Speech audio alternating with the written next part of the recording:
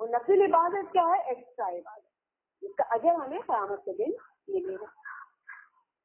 اے نبی صلی اللہ علیہ وسلم آپ فرما دیجیے، یہاں مال غنیمت کے لیے استعمال کیا گیا۔ اے نبی صلی اللہ علیہ وسلم فرما دیجیے الانفال للہ والرسول، انفال نفل غنیمتیں اللہ کی ہیں اور اس کے رسول صلی اللہ علیہ وآلہ وسلم کی ہیں۔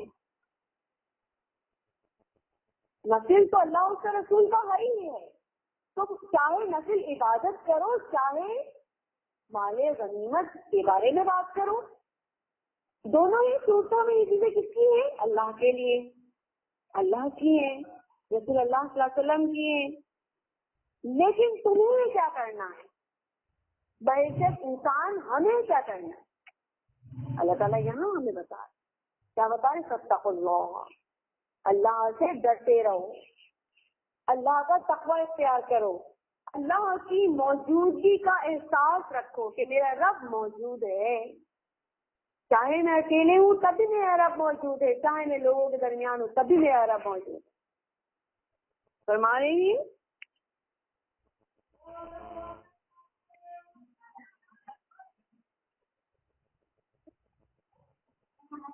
جی ہاں، علم طلب العلم فریضۃ علی کل مسلم و مسلمۃ، علم کی طلب فرض ہے، جیسے فرض نماز فرض ہوتی ہے نا، اس طرح علم حاصل کرنا فرض ہے مرد اور عورت دونوں پر۔ یہ تو بالکل درست بات ہے، لیکن میں ایک عورت کی ڈیوٹیز کی بات کر رہی تھی کہ ایک عورت کی ڈیوٹیز کیا ہے، اور اس میں سے وہ جب اپنے علم الفریضہ کی طرف، دین کے علم کی طرف آتی ہے۔ اب اگر ہم دین اپنے، بہت سارے لوگ ہیں جو اپنے گھر کا کام کرتے ہوئے بھی دین کے کام کر لیتے ہیں، تو علم کا حاصل کرنا تو فرض ہے، اس میں تو ہمیں کوئی آپشن ہی نہیں ہے، بالکل درست بات ہے۔ یہاں کیا کہا جا رہا ہے؟ فاتقوا اللہ، بس تقوی اختیار کرو اللہ کا، اللہ سے ڈرتے رہو، ہر معاملے میں اللہ سے ڈر کر زندگی گزاری جائے، چاہے میرا معاملہ میری اولاد سے ہے، چاہے میرا معاملہ میرے خاندان سے ہے، چاہے میرا معاملہ میرے آس پڑوس سے ہے، چاہے اور معاملات جو بھی ہیں۔ فرما رہے ہیں کہ اللہ سے ڈر کر زندگی گزارو۔ خدا کا خوف دنیا کی سب سے بڑی دولت ہے، یہ یاد ہے، اللہ کا خوف جو ہوتا ہے نا، سب سے بڑی عقل مندی۔ فاتقوا اللہ، بس اللہ کا تقوی اختیار کرو، پھر وَأَصْلِحُوا ذَاتَ بَيْنِكُمْ، اور اصلاح کرو اپنے درمیان کے تعلقات کی۔ سوال دیکھیے اور جواب دیکھیے آپ۔ سوال کیا پوچھا گیا اللہ تعالیٰ حضور سے؟ حضور مال غنیمت کیا ہے؟ جواب کیا مل رہا ہے کہ اللہ سے ڈرو اور اپنے تعلقات کی اصلاح کرو، اپنے تعلقات، اصلحوا ذات بینکم، اپنے تعلقات درست کرو۔ یہ بالکل ایسے ہی میں کہوں جیسے جواب، ایسے ہی جیسے میں کہوں آپ کا نام کیا ہے اور آپ کہیں اس دن تو بڑا ہی روشن اور خوبصورت ہے، کتنا مختلف جواب ہے، اتنا مختلف جواب ہے۔ آپ سوچیے حضور سے سوال کیا جا رہا ہے کچھ اور، اگر ہم سے کوئی پوچھے مالے گئے ہاں وہ جنگوں میں ایسا ہوتا ہے اور ویسا ہوتا ہے اور اس طرح، ہم اگلی پچھلی سارے واقعات غزوات کے جہاد کے لا کے بیان کر دیں گے، مگر حضور کیا فرما رہے ہیں؟ سب سے پہلی چیز، چاہے وہ فیملی لائف ہو، چاہے وہ خاندانی معاشرتی تعلقات ہوں، چاہے وہ محلے داری ہو، چاہے وہ کاروبار زندگی ہو، چاہے وہ دنیا کا کوئی بھی عمل ہو، تمہیں سب سے پہلے جس موٹو پہ کام کرنا ہے وہ اپنے تعلقات کی درستگی پہ کام کرنا ہے۔ اگر تم اس میں ناکام ہو تو تمہاری عبادتیں بیکار، سب بیکار ہے، سب دکھاوا ہے، سب کچھ وہ ہے۔ کتنی ڈفرینٹ بات آپ صلی اللہ علیہ وسلم سے مل رہی ہے، آپ دیکھیے کتنی ڈفرینٹ مختلف بات ہے کہ اپنے تعلقات کی اصلاح کرو۔ فَأَصْلِحُوا ذَاتَ بَيْنِكُمْ، کیا لکھا ہے ترجمہ آپ کے پاس؟ اپنے باہمی معاملات کی، اپنے باہمی آپس کے معاملات کی اصلاح کرو، درست کرو، کہاں میں غلط ہوں، کہاں اگلا غلط ہے، کہاں میں غلط ہوں مجھے خود کو درست کرنا ہے، اور کہاں دوسرا غلط ہے مجھے اس کی درستگی کی کوشش کرنی ہے. مجھے بولنا ہے کہ بھائی تم غلط کر رہے ہو، تم صحیح کر لو، بس سب سے اہم چیز ہے. یقین کیجیے آپ صلی اللہ علیہ وسلم نے فرمایا کہ خدا کی قسم تم میں سے وہ مسلمان نہیں. صحابہ رضی اللہ تعالیٰ عنہ عرض کرتے ہیں یا رسول اللہ صلی اللہ علیہ وسلم کون مسلمان نہیں؟ تو جو فرماتے ہیں جس کی زبان اور ہاتھ کے چلتے دوسرا مسلمان محسوس. سوچیے کہاں کہاں ہم اپنی زبان کے ذریعے دوسروں کو دکھ دے رہے ہیں، کہاں کہاں اپنے عمل کے ذریعے یقین کیجیے لوگوں کو روکیں. ہم کو اپنے آپ کو اللہ کے آگے پیش کرے. ایک دن آئے گا جس دن کوئی ہمارے ساتھ نہیں دے گا، لوگ لے جائیں گے دفنا کی مٹی میں آ جائیں گے. اس کے بعد ہم اپنے رب کو اب خود جواب دیں گے. نہ ہماری ماں کام آئے گی، نہ ہمارا باپ کام آئے گا، نہ ہماری بہن کام آئے گی، نہ ہماری کوئی دار کام آئے، کوئی کا کام نہیں. کوئی جو آج ہمارے جو سپورٹر بنے ہوئے نا کہ میری تو فلاں سے بہت بنتی ہے اور میری فلاں سے وہ ہے، وہاں کوئی کام نہیں ہوگا. وہاں صرف اللہ کو ہمیں سوچ کرنا، صرف اللہ تعالیٰ کو ہمیں جواب دینا. تو آپس کی سب سے اہم چیز، ہم بہت بڑے قاری ہو گئے، بہت بڑے عالم ہو گئے، بہت بڑے حافظ ہو گئے، بہت تہجد گزار ہیں، بہت نفلیں پڑھتے ہیں، بہت روزے رکھتے ہیں، یہ کرتے ہیں وہ کرتے ہیں، مگر اگر ہمارے آپس کے تعلقات خراب ہیں تو ہم بیکار ہیں، ہمارا ہر عمل بیکار ہے. ہمیں اپنے آپس کے تعلقات کو سب سے پہلے درست کرنا، سب سے پہلے. جو تم سے کٹے تو اس سے جڑو. اللہ کا دین ہمیں یہ سکھاتا ہے. جو تمہیں دھتکارے تم اسے پاس بلاؤ، جو تمہیں محروم کرے تم اسے دو. یہ اللہ تعالیٰ کا اصول ہے. اور محبت تو ایک ایسی چیز ہے، لحاظ محبت ایک چیز ایسی ہے کہ جتنا ہم اس معاملات میں آگے بڑھتے چلے جاتے ہیں تھوڑا سا نیچے اپنے آپ کو کرنا پڑتا ہے، اپنی انا کو نیچے کرنا پڑتا ہے. تو بندہ جھکتا چلا جاتا ہے تو اللہ کی نظر میں وہ معتبر ہوتا چلا جاتا ہے. وَأَصْلِحُوا ذَاتَ بَيْنِكُمْ، اور آپس کے تعلقات کی اصلاح کرو. وَأَطِیعُوا اللَّهَ وَرَسُولَهُ، اور اطاعت کرو اپنے اللہ کی اور رسول صلی اللہ علیہ وسلم کی. آپ دیکھیے اللہ کی اطاعت یا اللہ کے رسول صلی اللہ علیہ وسلم کی اطاعت، اللہ کے رسول کی زندگی سے ملتا کیا ہے؟ جس نے آپ کو بد دعا دی آپ نے اس کو دعا دی، جس نے آپ کو گالی دی آپ نے اس کی خیر خواہی کی، جس نے آپ کے ساتھ ساری زندگی آپ کو تکلیف دی، یہاں تک کہ آپ کو مکے سے نکلنے پر مجبور کیا، ہجرت پر مجبور کیا. جب اہل مکہ فتح مکہ ہو گئی تھی، یاد ہوگا آپ کو، جب فتح مکہ ہوگی تو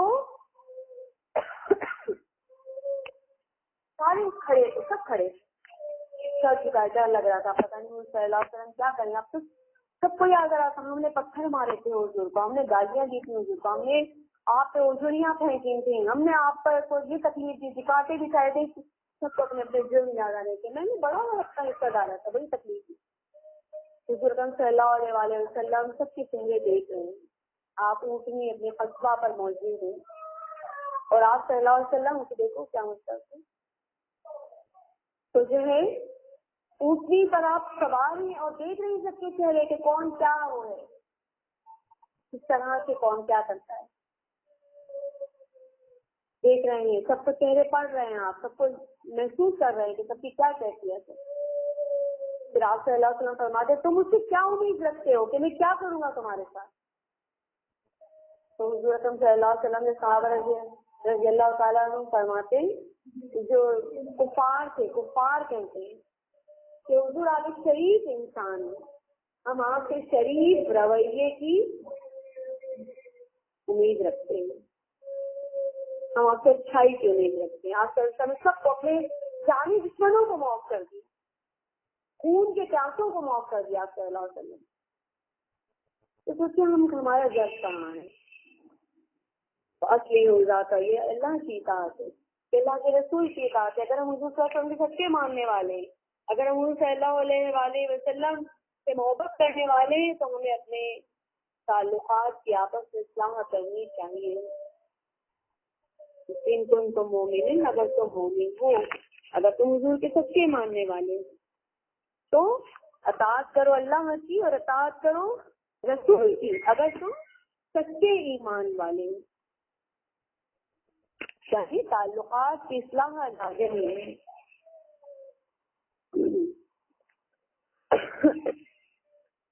انس رضی اللہ تعالیٰ عنہ فرماتے ہیں، انس رضی اللہ تعالیٰ عنہ فرماتے ہیں، ہم نے ایک دفعہ نبی اکرم صلی اللہ علیہ وآلہ وسلم کو دیکھا، آپ صلی اللہ علیہ وسلم مسکرا رہے ہیں، تو عمر رضی اللہ تعالیٰ عنہ نے پوچھا، یا رسول اللہ صلی اللہ علیہ وسلم آپ مسکرا رہے ہیں، کیا وجہ ہے، کیا کو کون سی چیزیں ہنسا دیا ہے؟ تو فرمایا، میں دیکھ رہا ہوں کہ میرے دو امتی اللہ کے سامنے گھٹنے ٹیک کر کھڑے ہو گئے ہیں، ایک اللہ تعالیٰ سے کہتا ہے یا رب اس نے مجھ پر ظلم کیا، ایک کہتا ہے کہ یا رب اس نے مجھ پر ظلم کیا، میں بدلہ چاہتا ہوں۔ اللہ پاک فرماتا ہے کہ اپنے ظلم کا بدلہ ادا کرو۔ ظالم جواب دیتا ہے یا رب اب میری کوئی نیکی باقی نہیں رہی کہ ظلم کے بدلے میں اسے دے دوں۔ تو وہ مظلوم کہتا ہے اے اللہ تعالیٰ میرے گناہوں کا بوجھ اس پر لاد دے۔ یہ کہتے ہوئے حضور صلی اللہ علیہ وسلم رونے لگے، فرمانے لگے وہ دن بڑا ہی سخت ہوگا، لوگ اس بات کے حاجت مند ہوں گے کہ اپنے گناہ دوسروں کے ساتھ ڈال دیں، اور اللہ پاک طالب انتقام سے فرمائے گا نظر اٹھا کر جنت کی طرف اٹھا کر جنت کی طرف دیکھے گا، کہے گا یا رب اس میں تو سونے اور چاندی کے محل ہیں، موتیوں کے محل بنے ہیں، یا رب یہ محل کس نبی سے یا کس سے ہیں، کس صدیق سے سعید سے ہیں؟ اللہ تعالیٰ فرمائے گا جو اس کی قیمت ادا کرے گا، یہ سونے چاندی کے محل جنت کے، یہ موتیوں کے محل اس کے ہیں جو اس کی قیمت ادا کرے گا۔ یا رب اس کی قیمت کون دے سکتا ہے، اس کی قیمت تو بہت زیادہ ہے۔ اللہ تعالیٰ فرمائے گا تو اس کی قیمت ادا کر سکتا ہے۔ وہ عرض کرے گا یا رب کس طرح؟ اللہ تعالیٰ فرمائے گا کہ تو اپنے بھائی کو معاف کر دے۔ اتنی بڑی شاندار سونے چاندی کے محلوں اور موتی کے محل جو اس شخص کو نظر آئیں گے، اس سے کہا جائے گا اس کی قیمت کیا ہے، تو وہ جواب بھی کہے گا قیمت اس کی صرف یہ کہ تو اپنے بھائی کے گناہوں کو معاف کر، ادھر کے پر جاتی کی ظلم کیا اس کو معاف کر دے۔ یارب وہ کہے گا خوشی سے، وہ کہے گا یارب میں نے اپنے بھائی کو معاف کیا، یعنی میں نے معاف کیا، اسے جو بھی غلطی کی میں نے معاف کیا۔ تو اللہ تعالیٰ فرمائے گا اب تم دونوں جنت میں داخل ہو گے، یعنی جس کو معاف کیا گیا وہ بھی جنت میں داخل ہو جائے، جس نے معاف کیا وہ بھی جنت میں داخل ہو جائے۔ اس کے بعد آپ صلی اللہ علیہ وسلم نے فرمایا اللہ تعالیٰ سے ڈرو، آپس میں صلح قائم رکھو، یہ قیامت کے روز بھی اللہ تعالیٰ مومنین کے درمیان آپس میں صلح کرانے والا ہے۔ اس کی وجہ سے اتنا آسان کام ہے، دیکھیے دنیا میں لڑنا، لڑکے ناراض ہو کے منہ پھیر کر رہنا بڑا ہی آسان کام ہے، مگر مشکل کام کیا ہے کہ انسان اللہ کی رضا کے لیے دوسرے کو معاف کر دے، چھوڑو یار کیا تھا نہ کر لیا، چھوڑو معاف کرو، آئی گئی کر دو بات، تم دونوں جنت میں داخل ہو جاؤ۔ اللہ تعالیٰ فرمائیں گے اتنا آسان ہے نا جنت پانا، سب کیا ہے کہ اپنے آپس کے ذات، اپنے ذاتی معاملات کی اصلاح کر لو، اپنے ذاتی معاملات کی اصلاح کر لو۔ انما المؤمنون الذین، بے شک مومن وہ لوگ ہیں، اذا ذکر اللہ، جب وہ نظر اٹھا کر دیکھتے ہیں آپ کو، جب ذکر کیا جاتا ہے اللہ کا، وجلت قلوبہم، ان کے دل کانپ جاتے ہیں، ان کے دل کانپ جاتے ہیں۔ جب اللہ کا ذکر کیا جائے تو ان کے دل ڈرتے ہیں، کانپتے ہیں ان کے دل۔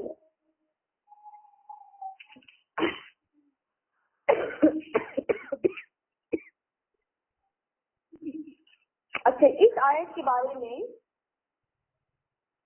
وَأَصْلِحُوا ذَاتَ بَيْنِكُمْ، یہ آیت کے بارے میں تو اس کا شان نزول ہے، اس کے بارے میں بات کرتے ہوئے آگے چلتے، جیسے حدیث میں آتا ہے حضرت عبادہ بن صامت رضی اللہ تعالیٰ عنہ نے فرمایا، حضرت عبادہ بن صامت رضی اللہ تعالیٰ عنہ نے فرمایا کہ یہ آیت ہمارے حق میں نازل ہوئی ہے جبکہ ہم بدر کی فتح کے بعد مال غنیمت سے جھگڑے اور ایک دوسرے کو سب سکھ دکھا. جنگی بدر ہوئی نا کے بعد مال کافی ہاتھ آیا تو انہوں نے آپس میں لڑ پڑے تھے، غصہ کیا ایک دوسرے پر، لیکن اللہ تعالیٰ نے فضل فرمایا، جھگڑا مٹا دیا، حکم فرمایا یہ مال سے میرے پیارے حبیب کریم صلی اللہ علیہ وسلم کا ہے، جسے میں جس طرح چاہے وہ خرچ کریں، تقسیم فرمائیں. اس پر حضور صلی اللہ علیہ وسلم نے جو مال غنیمت بدر میں آیا تھا وہ نوجوانوں میں مجاہدین تھے، ان میں برابر بوڑھوں میں جوانوں میں مال تقسیم کر دیا. یعنی آپس کے دیکھیے جنگی حالات ایسے ہوتے ہیں جس میں لازم ہوتا ہے کہ انسان جنگ کر کے آیا ہے، ذہنی تناؤ سے گزرا ہوتا ہے، اس کے اندر کیا ہے کہ انسان کے آپس کے تعلقات کے خراب ہونے کا اور بالخصوص مال کی وجہ خراب ہونے کا چانس زیادہ ہوتا ہے. تو لہذا اگر معاملات کو جھگڑے کی جب انسان کا آپس میں جھگڑا رہے گا نا، آپس میں جھگڑا رہے گا، آپس میں آرگومنٹ رہے گا تو آپ کفر کی قوتوں سے، شیطانی قوتوں سے مقابلہ نہیں کر سکتے. لازم ہے کفر کی قوتوں سے مقابلے کے لیے لازم ہے کہ آپ مسلمانوں کے آپس میں اتحاد اور محبت اور صلہ رحمی قائم ہے، رحم کا جذبہ قائم ہے. اگر یہ نہیں قائم رہتا تو پھر کیا ہے، نقصان اس کا دین کو ہوتا ہے. دین کے نفاذ کے لیے، یہ دین کے دنیا میں نافذ کرنے کے لیے لازم ہے کہ سب سے پہلے اصلحوا ذات بینکم لازم ہے. حضور اکرم صلی اللہ علیہ وسلم نے فرمایا کہ مومن نہ مومن پر، مسلمان نہ مسلمان پر ظلم کرتا ہے نہ کسی ظالم کے حوالے کرتا ہے. پھر آپ صلی اللہ علیہ وسلم سے پوچھنے والے سے پوچھا تھا کہ ای الاسلام افضل، کون اسلام افضل ہے؟ تو آپ نے کیا جواب میں فرمایا تھا؟ المسلم من سلم من لسانه ویده، اپنی زبان اور ہاتھ جس سے مسلمان کو محفوظ رکھو، یہ اسلام افضل ہے. پھر کسی پوچھنے والے نے یہ پوچھا تھا ای الایمان افضل، ای المؤمن الافضل، کون سا مومن بہترین مومن ہے؟ تو آپ صلی اللہ علیہ وسلم نے فرمایا تم میں سے بہترین ایمان اس کا ہے یا بہترین مومن وہ ہے جو اپنے لیے جو پسند کرتا ہے وہی اپنے بھائی کے لیے پسند کرتا ہے، جو اپنے لیے پسند کر رہا ہے وہی اپنے سے ریلیٹڈ انسان کے لیے پسند کرے، دوسرے مسلمان کے لیے پسند کرے. جب بندے کے اندر یہ اسٹینڈرڈ سیٹ ہو جاتا ہے نا کہ ایک چیز مجھے نہیں پسند دوسرے جیسے پسند، ایک چیز جو مجھے نہیں پسند اپنے لیے، ایک لہجہ جو مجھے نہیں پسند اپنے لیے تو میں دوسرے کے لیے وہ لہجہ کیسے اختیار کر سکتی؟ ایک زبان جو مجھے اپنے لیے نہیں کو میرے لیے وہ زبان استعمال کرے تو میں دوسرے کے لیے وہ زبان کیسے کیوں استعمال کروں؟ اس طرح کوئی عمل، کوئی بات، کوئی حرکت جو مجھے نہیں پسند کہ کوئی میرے ساتھ وہ کرے تو مجھے وہ دوسروں کے ساتھ نہیں کرنا چاہیے. یہ اصلی ذات بینکم، ذات کی اصلاح کرنا.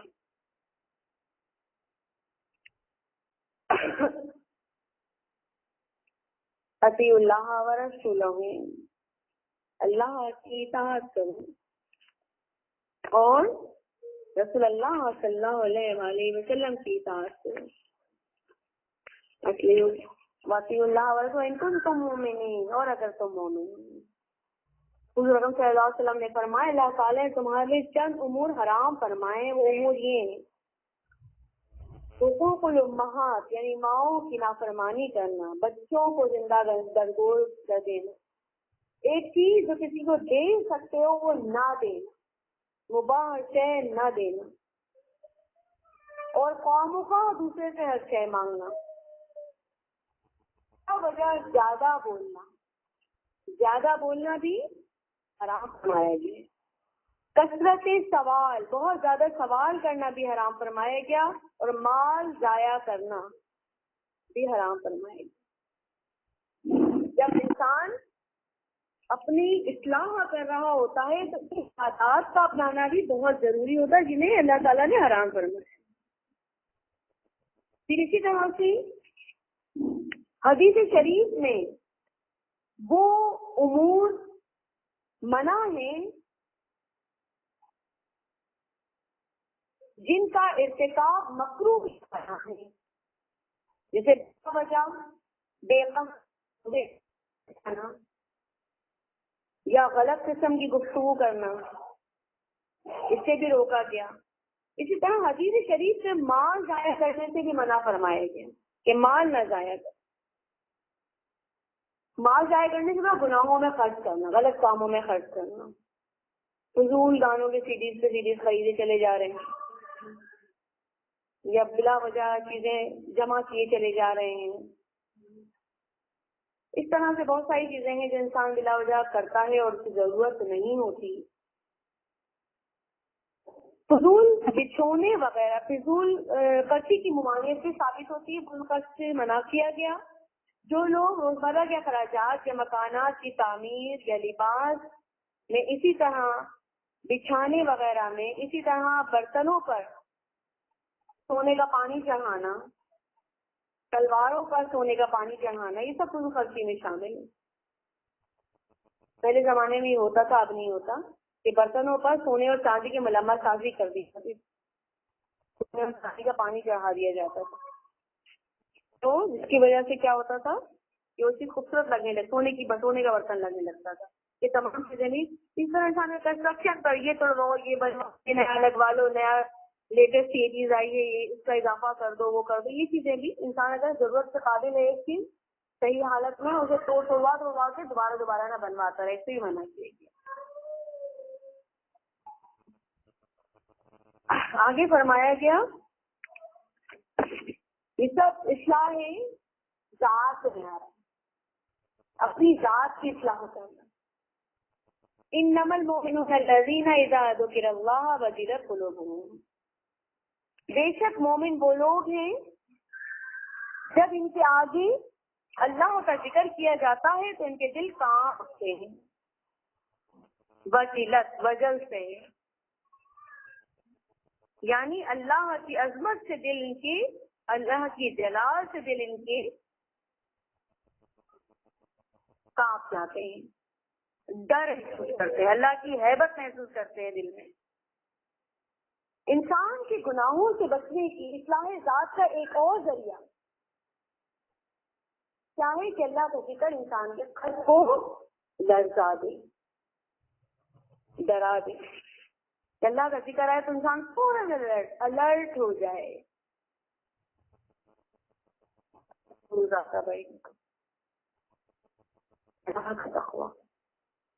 ذکر اللہ وجلت قلوبہم. یاد رکھیں کہ دل کے منور ہونے یا نور سے روشن ہونے کی نشانی یہ ہے کہ جتنا انسان کا دل اللہ کے نور سے منور ہوتا چلا جاتا ہے اتنا وہ رقیق القلب ہوتا چلا جاتا ہے. رقیق القلب سے بہت نرم دل، اس کے دل سے قدورت پھٹتی چلی جاتی ہے. قدورت کا اندھیرا، نفرت کا اندھیرا، حسد ختم ہوتا چلا جاتا ہے. اور اس کا دل اللہ کے ذکر سے جتنا زیادہ اللہ کا ذکر کرتا چلا جائے گا اس کا دل نورانی ہوتا چلا جائے گا. جتنا نورانی ہوتا چلا جائے گا اتنی رفت پیدا ہوتی چلی جائے گی، نرمی پیدا ہوتی چلی جائے گی، اتنی رافت پیدا ہوتی چلی جائے گی. یہ انسان کے دل کی نورانی ہونے کی دلیل ہے. اسلام میں جب نئے لوگ شریک ہوتے تو قرآن مجید سن سن کر روتے، قرآن مجید کی تلاوت سنتے ان کے آنسو گرتے. کہتے ہیں کہ جتنے صحابہ رضی اللہ تعالیٰ عنہ جتنے مسلمان ہوئے، نئے مسلمان ہوئے، قرآن کریم سن کر ان کی آنکھوں سے آنسو بہتے تھے، اس قدر روتے تھے. حضرت ابوبکر صدیق کے بارے میں آتا ہے قرآن کریم کی تلاوت سن کر بے انتہا ان کے آنسو بہتے، یہاں تک کہ داڑھی بھیگ جاتی تھی. ایک دفعہ عثمان غنی رضی اللہ تعالیٰ عنہ کی نماز کی کیفیت بیان کی گئی. تو عثمان غنی رضی اللہ تعالیٰ عنہ جب نماز پڑھ رہے تھے، اس میں قرآن کریم کی تلاوت، قرآن کریم کی آیات کی تلاوت کرتے جاتے اور ان کے آنسو بہتے جاتے.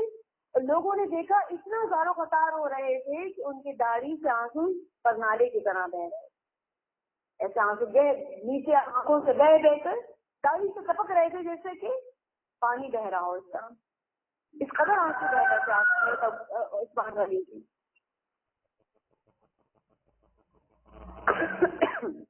یاد رکھیں، جب تک کہ انسان کے دل میں رفقت پیدا نہیں ہوتی، رفقت پیدا نہیں ہوتی، جب تک کہ انسان کے دل میں وہ نرمی پیدا نہیں ہوتی، تب تک آیات کا اثر کے قد پر نہیں ہوتا. دلوں کی سختی آیات کے اثر کو ختم کر دیتی ہے. وَإِذَا تُلِيَتْ، اور جب پڑھی جاتی ہے آیات، تلیت تلاوت سے، تلا یتلو تلون سے، اور جب تلاوت کی جاتی ہے اس کی آیات کی، یعنی قرآن کریم کی آیات کی جب تلاوت پڑھی جاتی ہے، کرنے والا پڑھ رہا ہوتا ہے، قرآن مجید کے امر و نہی کو سنتے ہیں، دیگر مضامین کو سنتے ہیں، زادتہم، تو بڑھا دیتی ہے ان کو ایماناً، ایمان میں، ان کے ایمان اور یقین میں اللہ کی آیات کی تلاوت، اس کا پڑھنا، اس کا سمجھنا ان کے ایمان میں اضافے کا سبب بنتا ہے. ان کے نفوس کو اطمینان حاصل ہوتا ہے، ان کے نفوس کو ایمان حاصل ہوتا ہے، اطمینان حاصل ہوتا ہے. ایمان قلوب کے اطمینان کا ذریعہ ہے. جیسے بھی یہاں پہ ذکر اللہ کی بات کی ہے، اللہ کے ذکر کی، اور آپ جانتے ہیں اللہ بذکر اللہ تطمئن القلوب، کہ اللہ کا ذکر انسان کے دلوں کو اطمینان بخشتا ہے، اطمینان کے بخشنے کا سبب ہوتا ہے. جتنا انسان اللہ کا ذکر کرتا ہے، جتنا آیات کی تلاوت کو کرتا ہے اور ساتھ ساتھ اس کو سمجھتا جاتا ہے، اس کے ایمان میں اضافہ ہوتا چلا جاتا ہے، اتنا ہی اس کے غافل دل کے پردے ہٹتے چلے جاتے ہیں. جیسے دل کے پردے ہٹتے چلے جائیں گے، ہلکی ہلکی نور آئے، نور یعنی پردہ ہٹے گا تبھی تو نور پہنچے گا. جب نور پہنچے گا تو رفقت پیدا ہوگی، تو اس کا دل انتہائی نرم ہوتا چلا جائے گا. جیسے بھی نبی صلی اللہ علیہ وسلم نے فرمایا ہے کہ قساوت قلب بدبختی کی علامت ہے. دل کی سختی انسان کی بدبختی کی علامت، بد نصیب انسان کا دل سخت ہوتا ہے، جبکہ خوش نصیب لوگ ہوتے ہیں جن کے دل نرم ہوتے ہیں. وَإِذَا تُلِيَتْ آيَاتِي عَلَيْهِمْ آيَاتُهُ زَادَتْهُمْ ایمانا وَعَلَىٰ رَبِّهِمْ يَتَوَكَّلُونَ، اور وہ اپنے رب پر توکل کرتے ہیں، اپنے رب پر ہی بھروسہ کرتے ہیں، اس لیے کہ وہ اپنے تمام زندگی کے کاموں کو اپنے رب کے سپرد کرتے ہیں، اللہ سے ڈرتے رہتے ہیں اور اسی پر امید قائم رکھتے ہیں، اپنے رب کی امید رکھتے ہیں، انسانوں سے امید نہیں رکھتے بلکہ اپنے رب سے امید رکھتے ہیں. وَعَلَىٰ رَبِّهِمْ يَتَوَكَّلُونَ، وہ اپنے رب پر توکل کرتے ہیں، کہ جن کے دل اللہ کے نور کو پہچانتے ہیں ان آیات کے ذریعے، تو ان کا اپنے رب پر توکل بڑھتا چلا جاتا ہے، اپنے رب پر، اپنے اللہ پر بھروسہ بڑھتا چلا جاتا ہے. وَعَلَىٰ رَبِّهِمْ يَتَوَكَّلُونَ. یہیں تک بات نہیں کہ آیات سنی، آیات سن کر روتے رہے. ایمان کے بڑھنے کی علامتیں بھی بتائی گئی کہ جب بندے کا ایمان بڑھتا ہے، تلاوت کتاب، تلاوت قرآن سے، قرآن کے اوامر و نواہی کو پڑھنے سمجھنے سے اس کی جتنی انڈرسٹینڈنگ انسان کے اندر ڈیولپ ہوتی چلی جائے، اس سے انسان کے اندر جتنا زیادہ انسان کے اندر کہ قلب میں نور بڑھتا چلا جاتا ہے اتنا زیادہ انسان کا عمل بڑھتا ہے. عمل کا بڑھنا ثبوت ہے انسان کے لیے. اگر وہ عمل میں نہیں بڑھ رہا, صرف آیتیں سن کے روتا چلا جا رہا ہے, یا صرف جو ہے ایک وقتی کیفیت ہے جو انسان میں طاری ہوتی ہے تو اس کا ختم ہو جاتی ہے, اس کا مطلب ہے کہ آپ کو قرآن کا مقصد حاصل ہے. قرآن کا مقصد کیا ہے؟ عمل کرنے والا بنانا, باعمل انسان, باعمل کردار, باعمل شخصیت پیدا کرنا.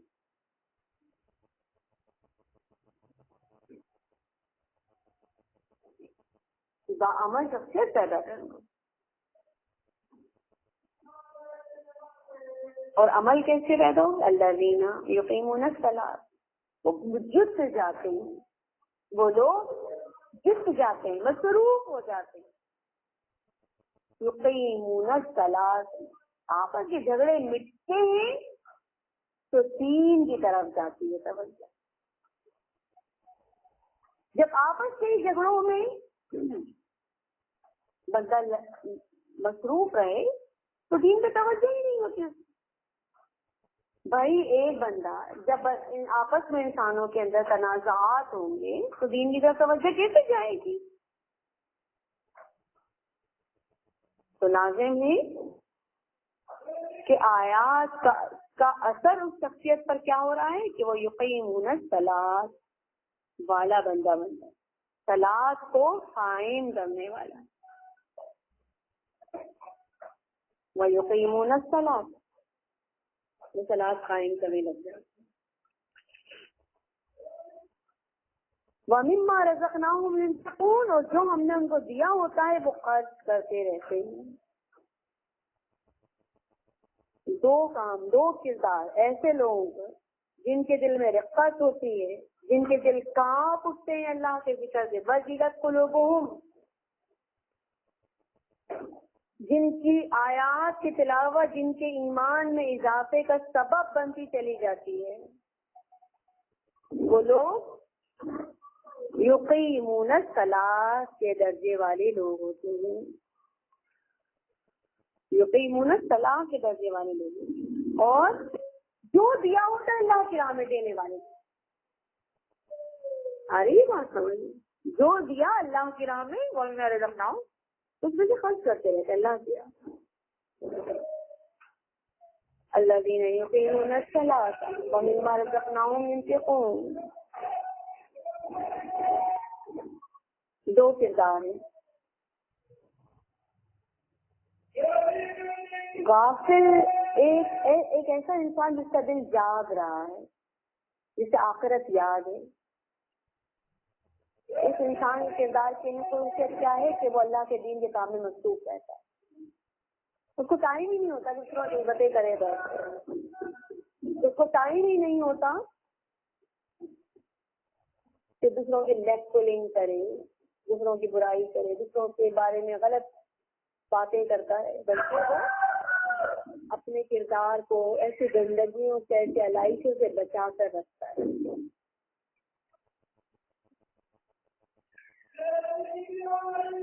حضرت فاطمہ رضی اللہ تعالیٰ عنہ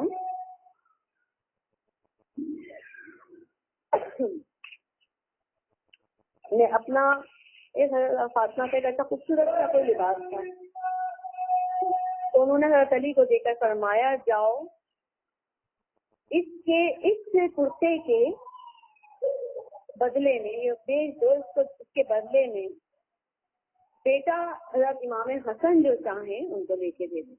کہتے وہ قمیض 6 درہم میں بک گیا, قمیض 6 درہم میں بک گیا. حضرت علی وہ قمیض بیچ کر واپس آ رہے تھے, ایک شخص آیا, آپ نے کہنا مجھے دے دو اللہ